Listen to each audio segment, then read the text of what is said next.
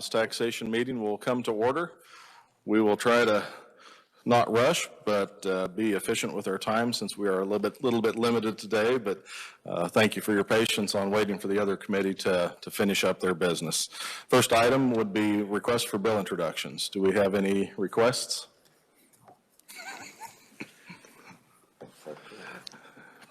Yeah, no conceptual ones. Representative Helgerson. All right, thank you. Committee, we will now open the hearing on House Bill 2461, and I would look to the revisor's office for an overview of this bill. Thank you.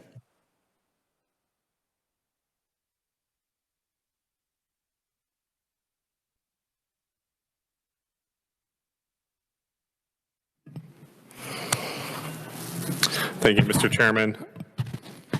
House Bill 2461 would provide for a sales tax exemption for all sales of hygiene products. Included in the bill, the term hygiene products would include antiperspirants, cotton swabs, dental floss, deodorants, diapers, menstrual cups, mouthwash, panty liners, sanitary napkins, shampoo, soaps and cleaning solutions, suntan lotions, suntan screens, tampons, toilet tissues, and toothpaste. And with that, I'd be happy to stand for any questions. Thank you. Committee, any questions for the revisor? Seeing none, thank you for that overview. Does the Department of Revenue wish to provide an overview on the fiscal note? You're welcome back. I'd be more than happy to, Mr. Chairman. Kathleen Smith with the Department of Revenue. House Bill 2461 would decrease state revenues by $19.7 million in fiscal year 2023. In reviewing our estimate, we looked at the Bureau of Labor Statistics Consumer Expenditure Survey as well as Health and Environment for the live births for the diapers. With that, Mr. Chairman, I would stand for questions. Thank you, Kathleen. Committee, any questions? Yes, Representative Corbett. Thank you, Chairman. Kathleen, I don't have a question regarding this, but would you have access to finding out if a person wanted to get the business opens and closes in the last 5 years and see just if there's a trend rolling through, like before the pandemic and after, just to kind of see how the businesses are rolling through Kansas? Would you have anything on that? We would have the number of businesses that are registering with us. Now, not all of them may be required to register with us, but we would have that information as well as the closings, yes. Whatever you could do, I'd like to get it for the committee. I think it'd be good to look at. Okay. Representative Baker. Thank you, Mr. Chairman. Thank you, Kathleen. On that number of businesses, I think one of the things that might be interesting is the classifications of those businesses, whether they're retail or home-based or. So maybe we could go by NAICS, by industries. Okay. Yeah, thank you. Yep. Are there any further questions, committee? Kathleen, I do have one. Do we know how many, and perhaps this is also a question for the revisor's office, are there any other states, either neighbor states or across the nation that specifically exempt these products from sales tax? Mr. Chairman, I did review the Streamline Agreement and the taxability matrix that the Streamlined states have provided. Unfortunately, the definition that we are using in this proposed legislation does not mirror the legislation or the definitions that are provided by Streamline, so we may be in conflict with that. But I did look up what the Streamline states were doing for the feminine hygiene products, grooming and hygiene products for human use, and then diapers, both children and adult. And all of the Streamline states are taxing the grooming and hygiene products for human use. Feminine hygiene products, of the 24 states, 17 states are taxing the feminine hygiene products. And then for the diapers, the taxability matrix does separate it out into children and adult. And for the diapers for children, 20 states are taxing. And for the diapers, for the adults, 19 states are taxing. And I would be more than happy to provide this Excel spreadsheet if you would like that. Yes, I would appreciate that. I think it would be a benefit to the committee. Thank you. Committee, are there any further questions? Representative Sanders. Thank you, Mr. Chairman. Kathleen, what's a streamlined state? I'm not familiar with that phrase. These states that are, there's 24 states that are participating in a streamlined agreement, and this is an organization that has come together to provide simplicity for our retailers and consistency in definitions for our retailers throughout all the states. Do they have any commonality, like are they all mainly rural, are they more urban, or are they just across the board? I believe it's across the board. Thank you. And I could provide a list of the states. Yeah, I'd like to see that list. Sure. Thank you, Mr. Chairman. Committee, any further questions? Seeing none, Kathleen, thank you. This time, we will open up our proponent section of our testimony and welcome first to committee Representative Vic Miller. Welcome to committee. Thank you, Mr. Chairman. It's good to be back to the House Tax Committee, which I served a member of 38 years ago. And I do appreciate you holding a hearing on this very important bill. I know you have a number of exemption bills that you could have chosen, and the fact that you chose this one, I do want to express my sincere appreciation for the hearing. 3 years ago, a young lady that was serving as an intern suggested to me the exemption of feminine hygiene products from sales tax. That's the first I heard of such an idea. It certainly sounded like a good idea for a number of reasons. And as I mulled that over, 23 states passed us by. I've attached to my testimony a list provided by your research department of those. When I say 23 states, that includes the district as well, but those are the states that research reported to me, almost all of which in the last 5 years have enacted such an exemption. It is indeed sweeping the country. I did my own analysis. Those 23 jurisdictions represent 56% of the U.S. population. So it is not uncommon for feminine hygiene products. Philosophically, I believe it parallels the same reasons we would exempt food from the sales tax. I believe it weighs disproportionately upon people at the lowest of income levels who would benefit, in my mind, the most, just as they would a food sales tax. I do want to say, as I indicated in my testimony, that this is not introduced in any way to take away from the governor's proposal to axe the food tax. In fact, I've been a supporter of that before some of these members on this committee were born. I introduced as late as 2017 a bill to eliminate the food sales tax, and I am firmly in support of it, as well as having my name on the current legislation that you've already held a hearing on. This can be independent of that. I have no objection if it's rolled into any measure that you take on a food sales tax. I do think that both groups of items, be they hygiene products or food, are necessary for our livelihoods. In the case of hygiene products, additionally, I believe those products add to our health and cleanliness, and that is an additional argument in addition to what we might make to exempt food. I see them as harmonious.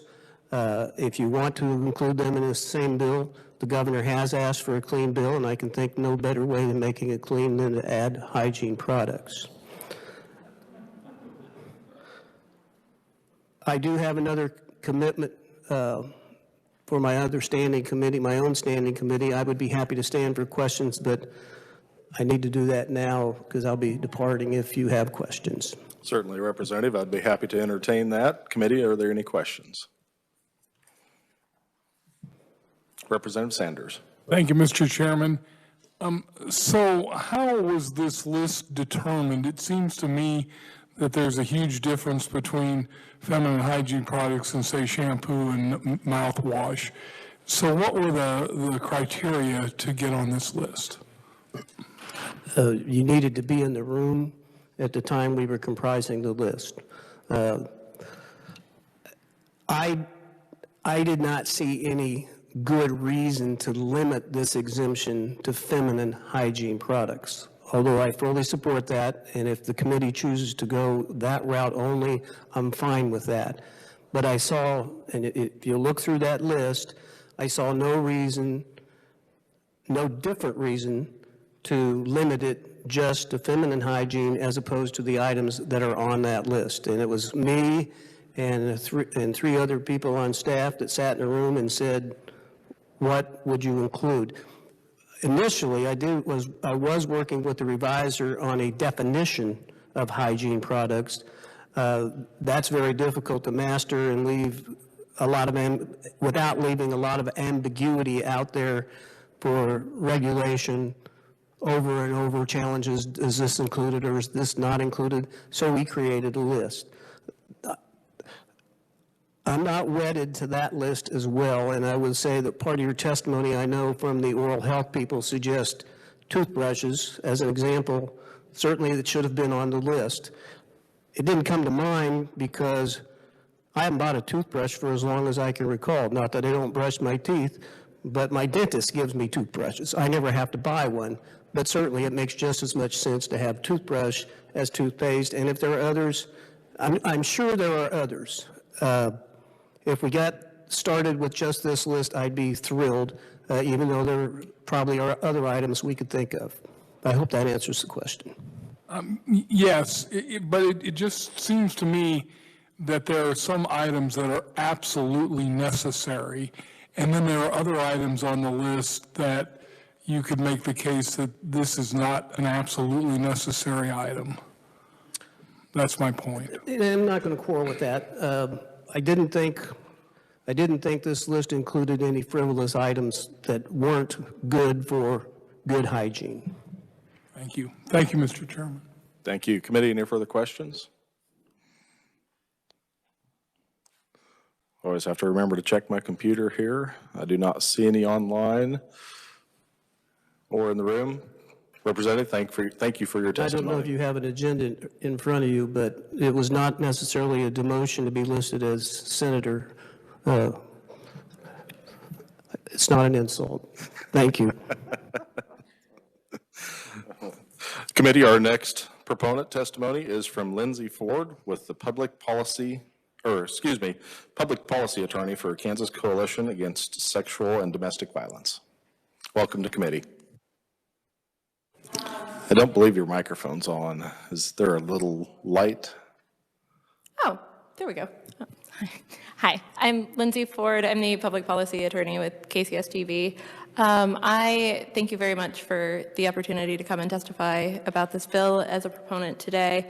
I actually was here a couple of weeks ago on the food sales tax bill, and at that point I specifically referenced the hygiene closets that our member programs across the state of Kansas have, where they provide hygiene materials such as diapers and shampoo and soaps to victims of domestic violence and sexual assault that are donated to each of the programs. And I talked about just how difficult it is for some of our survivors to have to, at that hearing, choose between purchasing, for example, fresh fruit for their children or diapers for their children. And this is just kind of a continuation of our support of any efforts by this legislature to lessen the economic burden of survivors who are trying to establish safe housing away from an abusive situation. So with that, I would be more than happy to stand for any questions. Thank you, committee. I think we'll go ahead and take questions. We have a limited list of conferees, so we'll take questions after each conferee. Are there any questions? Seeing none, thank you for your testimony. Thank you. I'd next like to welcome to committee Lindsay Weiss, Volunteer Affiliate Director for I Support the Girls, Kansas City. Welcome to committee. Thank you, Mr. Chairman. Thank you for hosting this hearing. I appreciate it. My name is Lindsay Weiss, and I am the Affiliate Director for the Kansas City branch of I Support the Girls. We are an international nonprofit that's been around for 6 years. I've been running the branch locally for 3 years. And our main thing that we do is give the gift of dignity through basic needs. So that's bras, new underwear, menstrual hygiene products. We get those out to school nurses. Anyone really that does direct services. We work with domestic violence shelters, homeless shelters. We've partnered with over 125 organizations just in the last 3 years, and that's like a fraction of what's out there. I'm sure you know there's so many different organizations doing this kind of thing to try to fill the gap. And I would agree that menstrual hygiene products are not non-essential. I would agree that they are 100% medically necessary for about half the population. And so if there's anything we could do as a team to help support easier access to lift a financial burden, not only that, but really to set the standard that these items are essential. I think that would make a really great case for the girls and women in Kansas that deserve the gift of dignity to have that basic need met as well. And I'll look at my notes real quick. Currently, right now, the things that are not taxed in Kansas are the sale of gold and silver coins, lottery tickets, farm equipment, and game fowl. And I would say that menstrual hygiene products are definitely on the list of necessities. So I think, you know, no one should have to miss school or work to not have a basic need met, and to follow suit like some of these other states are doing. I think it's a step in the right direction to give the girls and women in Kansas a little bit more dignity. Any questions? Thank you. I think we can all agree that that exempt list is quite extensive. So, committee, Yes, are there and I'm on board with those as well, but I do think there's some that are a little bit more necessary than others. Certainly. Committee, any questions? Seeing none, thank you for your testimony. Thank you, I appreciate it. Next, I'd like to welcome Michaela Miller with the Strawberry Week Society. Welcome to committee. Thank you. Oh, my mask is stuck in my earring. Good afternoon. My name is Michaela Miller. I'm a resident of Kansas, and I operate a nonprofit organization in Kansas called Strawberry Week, where our mission is to help alleviate period poverty in Kansas and in our community. Period poverty is essentially a lack of accessibility to period products such as tampons and pads.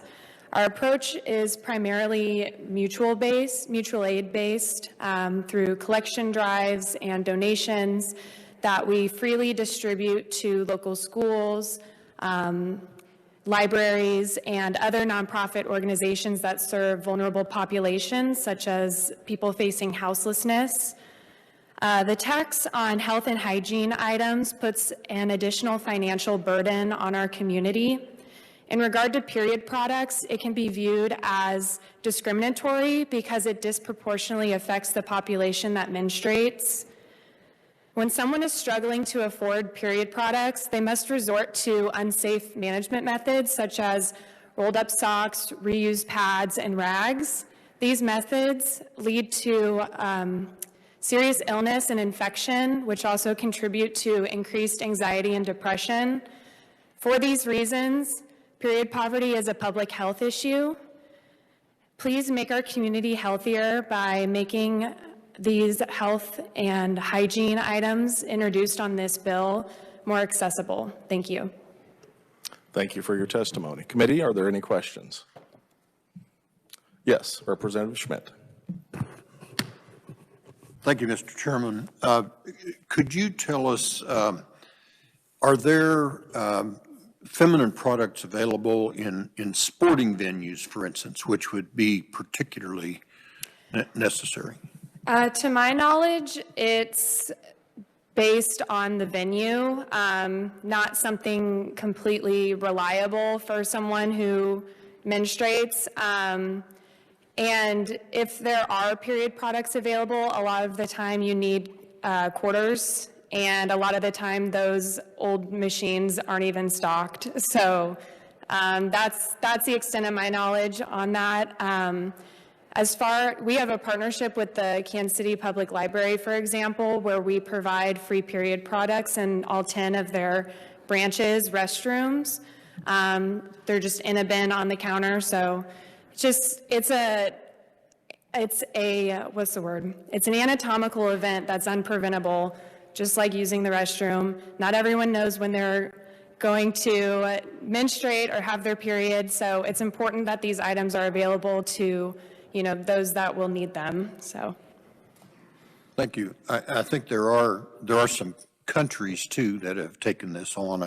I'm Yes. aware of that have done what you're requesting as well. Yes, and, and I know we're talking state here, but there have been some city ordinances enacted in other cities where they have provided free period products in public restrooms.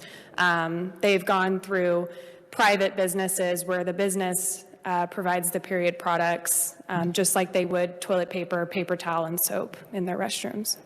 Thank you, Mr. Chairman. Committee, any further questions? Seeing none. Oh, Representative Turner, yes. Thank you for being here. Thank you, Mr. Chairman. Thank you for being here. I guess one question I have, you talked about kind of the folks that you serve. You talked about the charitable status of your organization, and that you have community drives to gather products that you then supply. So who is the person or the entity that's paying the tax currently that this would alleviate? You follow that question? I think so. Yeah, who is paying the tax now in the serving of the folks that you help? So right now, it's individuals that support our cause. So we just had an event yesterday where folks attended a local maker event and they brought period products with them to donate to our cause. And so it's just mutual aid at this point. So I guess the citizens are paying the taxes at this time to help alleviate this burden on lower income families and people facing houselessness, that we currently serve. So, our priority has been to serve vulnerable populations that might struggle to afford these goods. But I also find it a priority to also supply in public places because, just like toilet paper and paper towel and hand soap are available publicly in restrooms, I feel that menstrual products should be as well because it's just as natural as an event as going to the restroom. Thank you for your response. Thank you, Mr. Chairman. Thank you. Committee, any further questions? Seeing none, thank you for your testimony. Thank you. Next, we have a WebEx conferee. I'd like to welcome Martha Terrar with Kansas Appleseed. Are you with us? Yes, hello. Yes, we can hear you. Go ahead. Okay, perfect. Bear with me. I am in southwestern Kansas and our internet connection has been iffy lately. Well, good afternoon, representatives. My name is Martha Terrar, and I'm a thriving advocate with Kansas Appleseed Center for Law and Justice. And I have the privilege of working to increase access to food and health in the amazing community that is southwestern Kansas. Previous to my job here at Kansas Appleseed, I worked as a domestic violence advocate. And in both jobs, I have seen and heard from community members about how this tax places an unfair burden on Kansas women and those who menstruate. In addition, I saw how it further discriminates against folks in our Black communities who already pay more than anyone else does for basic necessities like shampoo, conditioner, and soap. In my previous work as a domestic violence advocate, I want to echo what Lindsay from KSDV said. I worked as someone who distributed those hygiene products at a domestic violence agency here in Kansas. And while it is an opportunity to provide these feminine products to survivors and hygiene products to survivors, it was a one-off opportunity. It wasn't something that survivors could depend on to supply all of their hygiene products. And so in that work, I witnessed countless survivors who had just left really abusive, lethal situations, had no money for food, and definitely did not have the ability to pay for their necessary hygiene products. And because of this, many of them came in having been forced to resort to alternatives that have already been mentioned, like toilet paper, rags, socks, or their children's diapers that were on hand.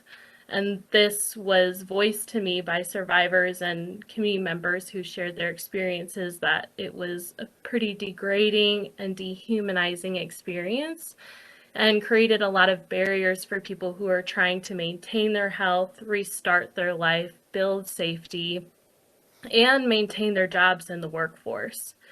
So for our younger Kansans, this also affects them as well. A lack of access to these hygiene products can inhibit their ability to engage in school, engage in their education, and participate fully as someone who should as a thriving Kansas youth. And it can further isolate them from their peers in this experience. So eliminating the sales tax on hygiene products, which are basic necessities that all Kansans deserve, is an amazing opportunity for us to help boost our community's health. And this is why Kansas Appleseed supports HB 2461. Thank you so much for providing this opportunity and this space for me to testify on behalf of Kansans, and I will answer any questions at the appropriate time. Thank you for your testimony. I apologize for mispronouncing your last name. Sometimes I fail miserably on that, so thank you for your okay. patience. It's not a normal name. Committee, are there any questions for this conferee? Seeing none, thank you for your testimony. Thank you so much. Committee, our final proponent conferee for this day is Lauren Schmiedler. I probably butchered that once again, but with the Ambassador Girl Scout working on a Girl Scout Gold Award. Welcome to committee. Good afternoon, Chairman Smith, Vice Chairman Mason, Ranking Minority Member Gartner, and the members of this committee. Thank you so much for the opportunity to speak in front of you today. My name is Lauren Schmiedler, and I'm an Ambassador Girl Scout working on my Girl Scout Gold Award, which is the highest award a Girl Scout can earn. I'm a 17-year-old junior from the Independent School in Wichita. And Harry Potter has always been kind of a big part of my life, so I would like to start off with a quote by the author J.K. Rowling. "We do not need magic to change the world. We carry all the power we need inside of ourselves already. We have the power to imagine better." Imagining better is all we want. It is why my mom sacrifices for me. It is why you do what you do all day. I'm standing here today to support House Bill 2461 because it is time that we do better. I also support the inclusion of the other healthcare products and feel strongly that none of them should be taxed. When I was younger, learning about money management, what things cost, and what we pay for them, I always thought that things like this should be free. But I will leave that for another discussion for a different day. When we walk into the store and get a medication that we need, you pay for it. When you walk into the store and need a feminine hygiene product, you pay for it, plus an additional fee. Both of these are necessities. Please do the right thing. Imagine better. Since I've been a Girl Scout for about 12 years now, since I was in kindergarten, I said the Girl Scout promise in law more than a few times. The simple words mean so much, and I think it deserves a warrant here today. The Girl Scout promise is 3 small parts, and it starts with, on my honor, I will try to serve God and my country, to help people at all times, and to live by the Girl Scout law. And the law goes further to explain that I will do my best to be honest and fair, friendly and helpful, considerate and caring, courageous and strong, responsible for what I say and do, to respect myself and others, respect authority, use resources wisely, and make the world a better place, and be a sister to every Girl Scout. Now, I know you guys aren't Girl Scouts, but I know we all try to make and use our resources wisely. We are trying to make the world a better place. That is probably why you're here, and that's why I'm standing in front of you today. This bill is good for Kansas. It makes sense, and I support this tax exemption. Some might say that it's not a big expense, so why are we even discussing it? But is it an equal one? I would say it's not. Feminine hygiene products are a necessity.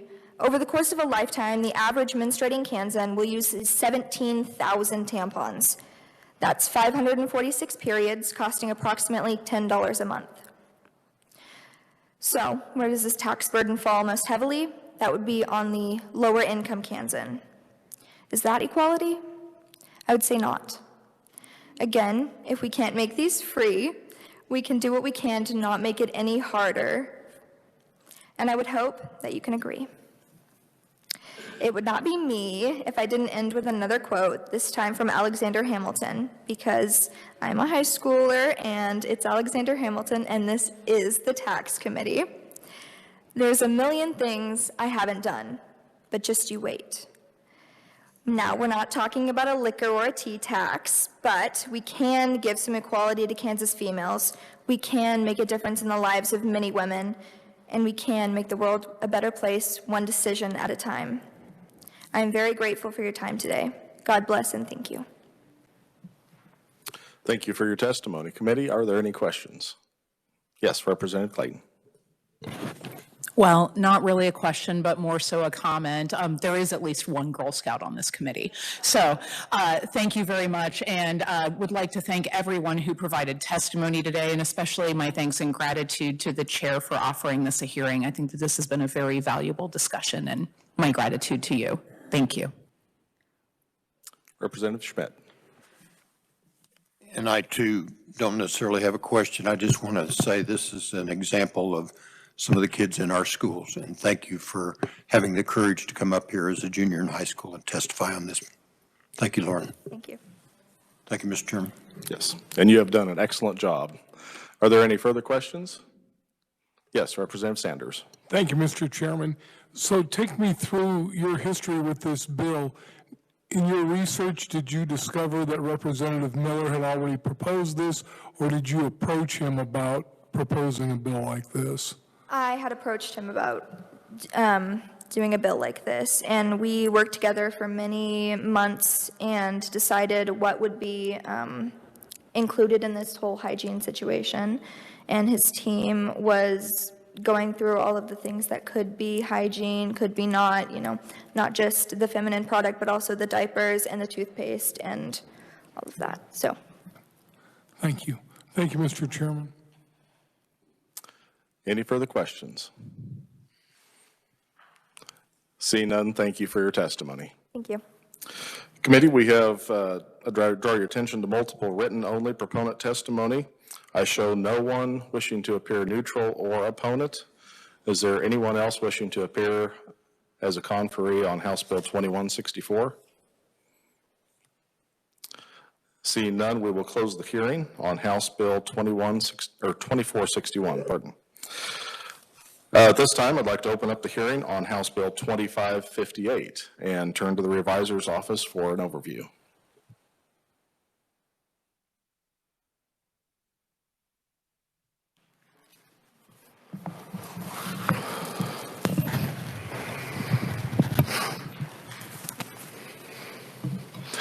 Thank you, Mr. Chairman. House Bill 2558 would provide a Kansas income tax subtraction modification for amounts contributed to the State Board of Pharmacy. That would be as a donation, gift, or bequest made to the board for furthering any phase of the prescription monitoring program.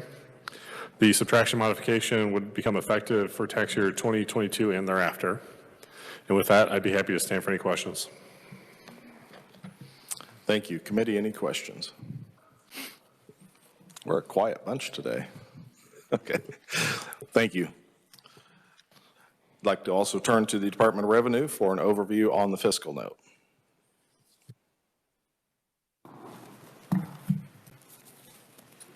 Mr. Chairman and members of the committee, Kathleen Smith with the Department of Revenue. Unfortunately, we did not have information that we would be able to use to make a precise estimate for the donations that are going to go to the Board of Pharmacy.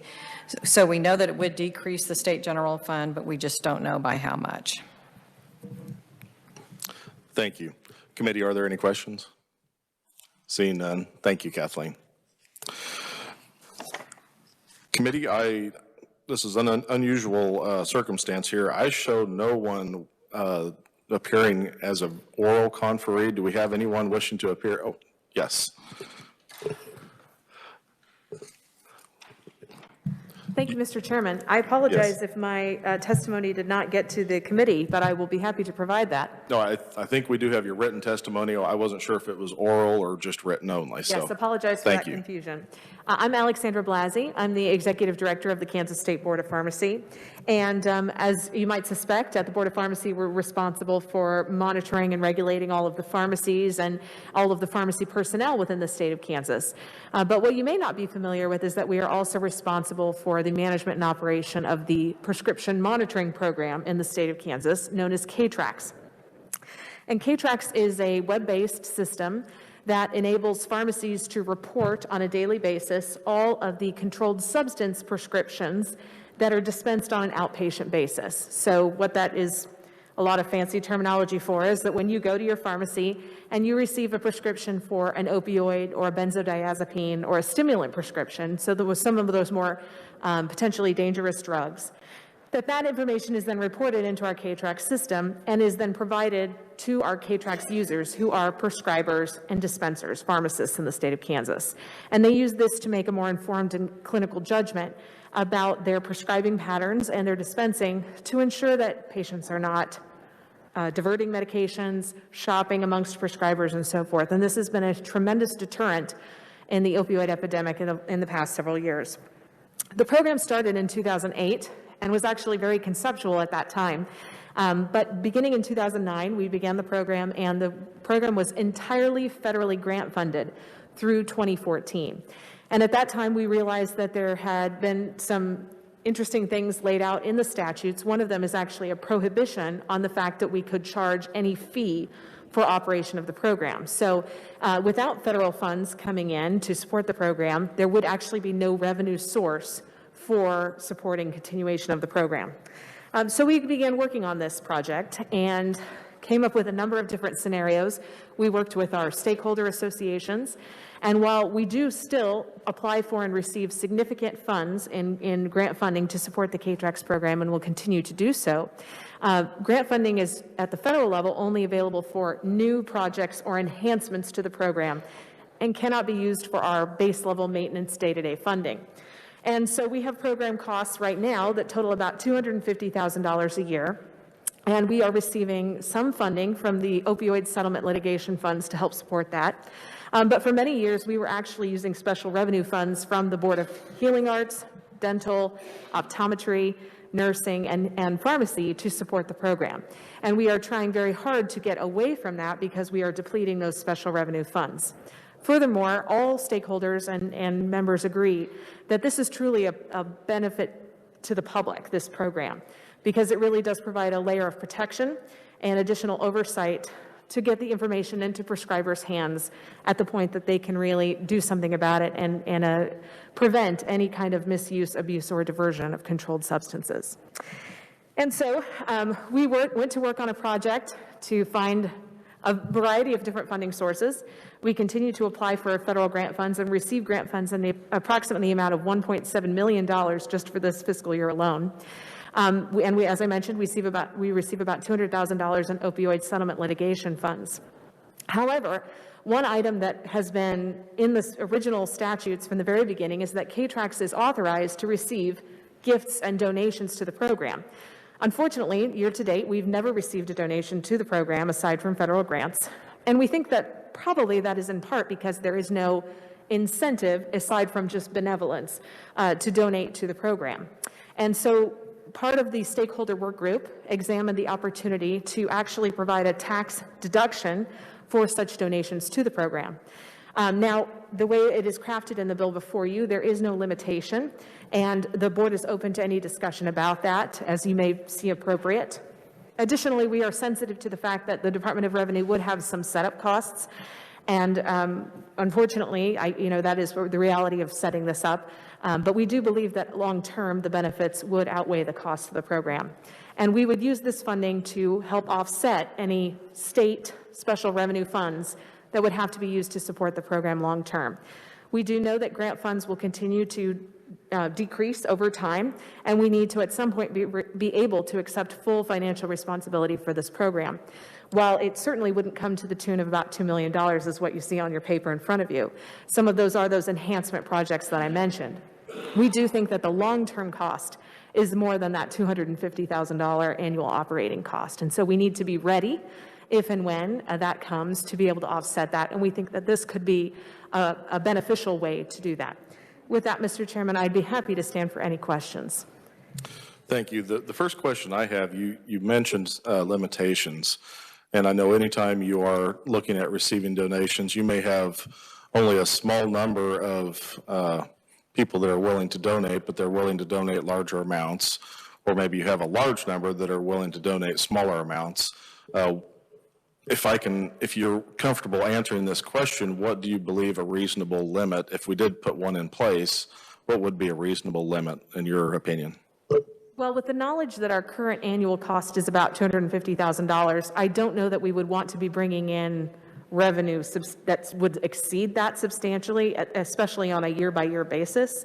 So I don't anticipate that we would ever, at least in the next several years, we would need to be exceeding that $250,000 threshold at this time.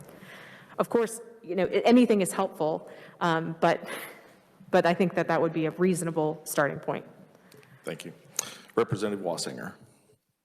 Thank you, Mr. Chair. Have you investigated going to some of the pharmaceutical companies or private companies in the state of Kansas that might be willing to help with this?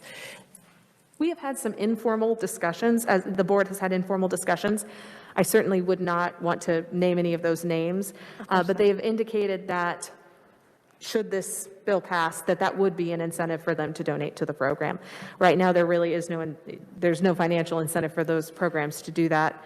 Additionally, this would, as far as I know, be novel. This would be the first state that operated in this way and provided this as an avenue for revenue source for the program. As far as the big pharmaceutical manufacturers, they have obviously a very large 50-state footprint and often even beyond just the United States in terms of their footprint. So we have not approached them. Those pharmaceutical companies do fund a different system that we utilize with regard to methamphetamine precursors. So that would be the one where if you go and you buy some pseudoephedrine at the store over the counter, you have to give your driver's license information. Those companies already fund that program, so I do not think at this time they would be interested in funding this. Thank you. Thank you, Mr. Chair. Representative Corbett. Thank you, Mr. Chair. I had Corbett next on the list. I'm sorry. Thank you. The question I have for you, I think we just worked in our budget committee, the pharmacy, the Board of Pharmacy, and I didn't see anything in here regarding what you're asking for. I mean, this is not a budget issue in your mind. It's just an additional tax, something that you're trying to get. I'd be happy to explain that, Representative, and yes, and thank you for that approval this morning of our recommendations. The Board of Pharmacy does have the expenditure authority to meet our requirements for fiscal year 22 and 23. This is more about the revenue source, and we would be looking as a Board of Pharmacy at expending significant amounts out of our special revenue Board of Pharmacy fund that's funded by our licensees and registrants. It would help tremendously to be able to offset that with other funds coming in and not just siphon it out of special revenue funds. Thank you. Next, I had Representative Highland. Thank you, Mr. Chairman. Thank you for coming today. Is ktrax a required program in our country? That's a yes and a no. Let me explain the yes. It is mandatory for pharmacies to report the prescriptions to the program, but it is not mandatory for the prescribers and pharmacists to use it within the state of Kansas. There are some new federal and state requirements with regard to Medicare and Medicaid patients, but that is not within our jurisdiction. Those are requirements being implemented by the federal government and the Federal Support Act. And then I see down here in your testimony, 1.914 million. Is that what it's costing to run this program? That is the total cost footprint for fiscal year '22, and that includes all of our software and the storage costs for maintaining the database with all of these prescriptions in it. Yes, in a secure environment. So why is this not part of the pharmacy budget then? I guess if it's a required, why isn't you are not being properly funded? I don't understand that. It is part of the pharmacy budget, and we are doing our best to fund the program, but our actual licensees and registrants, there was supposed to be a carve-out in the legislation that said that they were not to be charged a fee to maintain operation of this program. And so we are, by law, we are required not to charge them a fee for operation of the program. So we have had to look for other funding sources because that is how we receive our revenue. Well, thank you. But if it's a federal program, I think we should be seeking some support from them, don't you? It is not a federal program. So it's voluntary. Yes. The only state mandate is that pharmacies report to the program. So it's not voluntary. Well, reporting of the information creates the database that we collect the information in. Whether anyone uses that, we encourage them to use it because that's a great clinical resource and tool, but they are not mandated to use it. Okay, thank you. Thank you, Mr. Chairman. Representative Blacks. Thank you, Mr. Chair, and apologize to Representative Corbett. My hearing's a little challenged, so, and thank you for coming. I guess I have a couple of questions. One is, this is a state bill that will only affect state income tax as far as this statute will thing.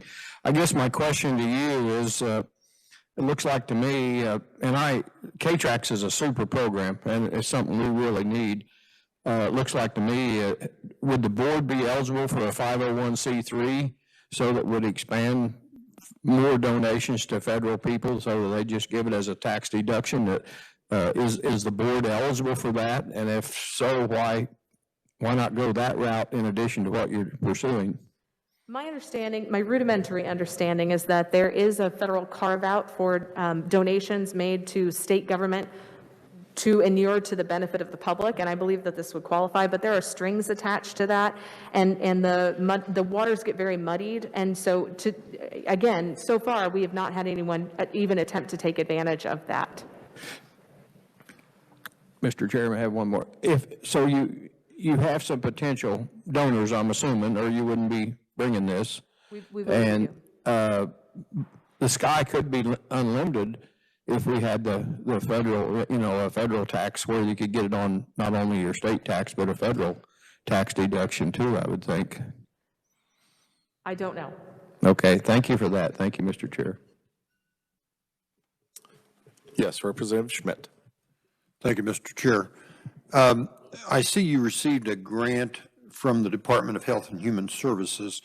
Is that part of there have been some litigation about opioid misuse and settlements with some pharmaceutical companies. Is that where that's coming from, or is that something that could be in the future as that litigation proceeds?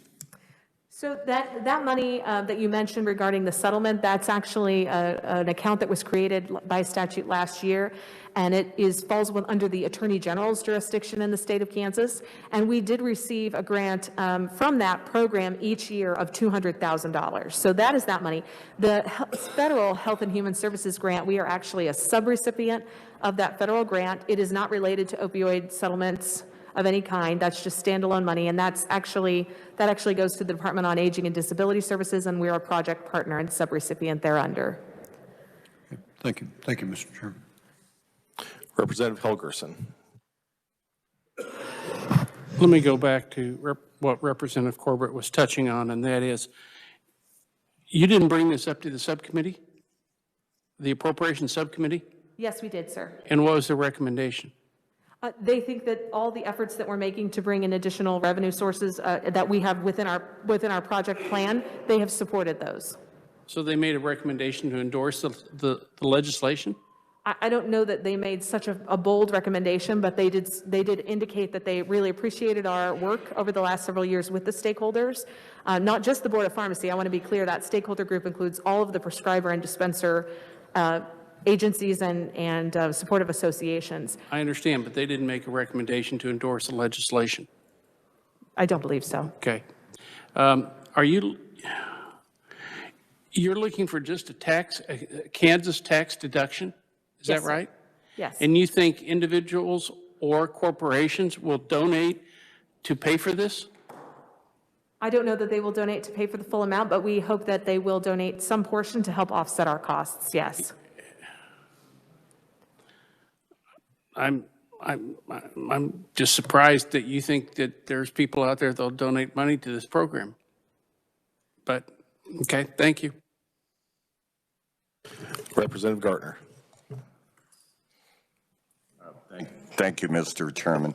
Now, getting back to your, thanks for being here today, getting back to the carve out that you were talking about, that you, it wasn't mandated in legislation, but that was, I guess, the carve out. But I guess my question is, have you brought that in front of the subcommittee to say, here's a way we could raise the revenue if we would eliminate that language or change that language? Yes, we have absolutely discussed this with both our budget subcommittees as well as the House Appropriations Committee and the Senate Ways and Means Committee over several years. We started this discussion in 2017, and largely that the notion of striking that language from the Act and charging prescribers and dispensers a fee is not supported. Primarily because this is a program, again, I will say, this is a program that truly benefits every citizen of the state of Kansas, because the prescribers are using this tool to be able to have a full-scale look at the patient's prescription history when it comes to controlled substances. And so this is a layer of protection that patient is being afforded to ensure that they're not getting prescribed two medications at once that might have interaction, to ensure that they don't have too much of a day's supply or too high of a dosage. The program provides these red flags and checks and balances and other things to help them make their clinical decisions. And so the larger stakeholder community has expressed for several years that they truly believe there's a strong public benefit to the program, and actually for many years asked for state general funding, and that was not supported. So we have been looking for lots of other mechanisms.